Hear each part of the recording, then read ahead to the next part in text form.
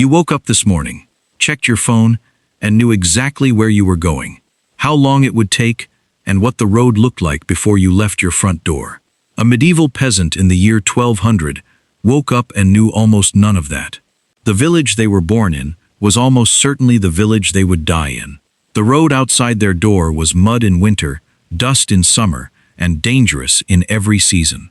Getting anywhere meant walking, and walking meant risking everything you had for a destination you could only hope was still there when you arrived. Movement in the medieval world was so difficult, so costly, and so dangerous that most people simply never did it. But some did, and the way they managed it tells you more about medieval life than almost anything else. For roughly 5 centuries, every journey a medieval peasant ever took happened on foot, at roughly 3 miles an hour, through a landscape that had no reliable maps, no maintained roads, no inns you could trust, and no guarantee of safe passage through the territory of the Lord on the other side of the hill.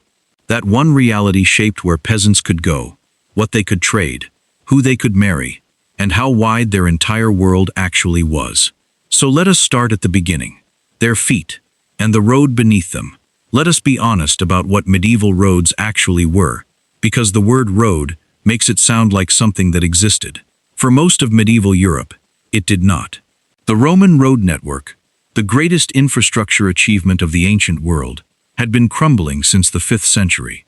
By the year 1000, large sections had been swallowed by forest, washed out by flooding, or simply abandoned because there was nobody left with the authority or resources to maintain them.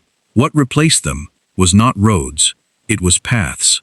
Tracks worn into the earth by the repeated passage of feet and hooves, shifting with the seasons, impassable after heavy rain, invisible under winter snow.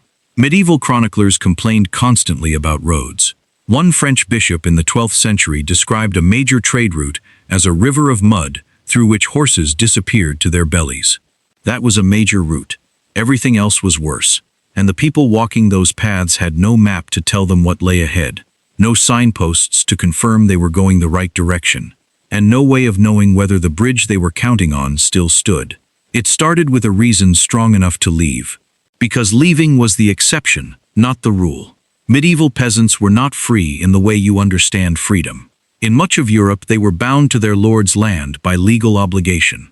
Leaving without permission was not just difficult, it was illegal. And here is something most people do not know. The majority of medieval peasants never traveled more than 30 miles from the place they were born. 30 miles. That is the distance a modern person drives to a shopping center and back, without thinking about it. For a medieval peasant, that distance represented the edge of the known world. Everything beyond it was rumor, danger, and the unknown. But some things were powerful enough to move them. The most common reason was pilgrimage. The medieval church offered something that made extraordinary journeys feel not just possible, but necessary. If you walked to a shrine, knelt before the relics of a saint, and completed the journey in the right spirit, your sins could be forgiven. Your dead relatives could be released from purgatory. Your sick child might recover. These were not abstract promises. They were the most urgent transactions a medieval person could imagine. They were worth more than money, more than safety, more than the very real possibility that you would not come back. And so peasants who had never left their village in 40 years put on their worst clothes, packed a leather bag with hard bread and dried meat, cut a walking staff from the hedgerow, and walked to Canterbury, to Santiago de Compostela, to Rome. Some of them walked thousands of miles, on foot, through mud and mountains and territories where no one knew their name, or owed them anything, or cared whether they arrived. Then they learned to use each other. The problem with walking alone on a medieval road was not just the distance, it was the people on it. Bandits operated on every major route in medieval Europe. They knew exactly where travelers had to pass, where the road narrowed, where the forest came close. A lone peasant carrying a week's worth of food was a target. So pilgrims and traders and anyone else who needed to move learned to travel in groups, not for company, for survival. A group of 30 pilgrims was not worth attacking. A group of 3 was. The pilgrimage routes that stretched across Europe were not just spiritual paths, they were safety networks. You waited at a church or a town gate until enough people were heading the same direction, and then you moved together. Nobody elected a leader. Nobody signed an agreement. You simply walked the same road at the same pace and watched each other's backs until your paths diverged. Strangers became temporary family for the duration of the road and separated the moment they reached their destination. And here is something easy to miss. The church built the infrastructure that made any of this possible. Monasteries across Europe maintained a tradition called hospitality that required them to feed and shelter any traveler who arrived at their gate, free of charge, no questions asked. A medieval peasant walking from England to Rome could survive the entire journey on monastery hospitality alone, sleeping in the guest hall, eating in the refectory, resting for a day before moving on. Without that network, the long-distance journeys that defined medieval pilgrimage culture would have been impossible for anyone without money. With it, the poorest person in England could theoretically walk to Jerusalem. Some did. Staying fed kept you moving. But the road's slower killer was not hunger. It was the river. Every major route in medieval Europe crossed water at some point, and water was the wall that stopped everything.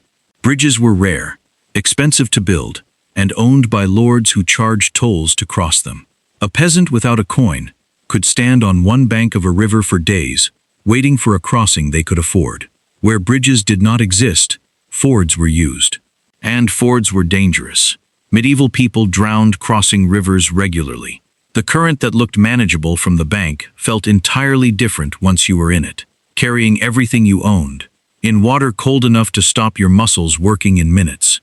The people who knew the safe fords, who understood which crossings were passable at which times of year, who could read a river the way a modern person reads a road sign, those people had knowledge worth paying for, and many charged for it. Those who could afford it moved differently. Pack horses carried weight that would have broken a walking peasant within a day. River barges moved cargo and passengers along waterways faster than any road could manage. In England, the River Thames moved more goods in a single day than the roads around it moved in a week.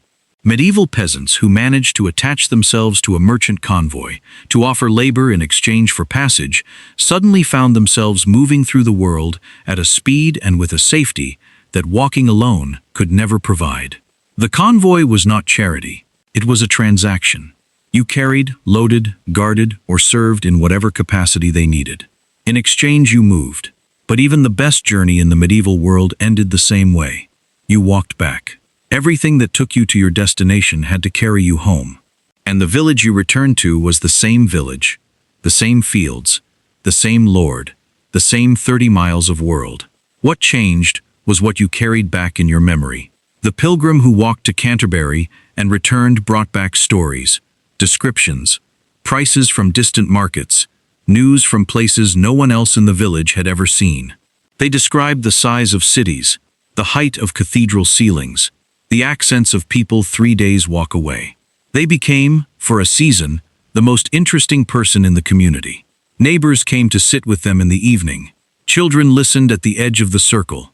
In a world with no newspapers, no letters for people who could not read, and no reliable way of knowing what happened beyond the next hill, a returned traveler was a library. And the knowledge they carried back in their head was worth more than anything they managed to bring home in their bag.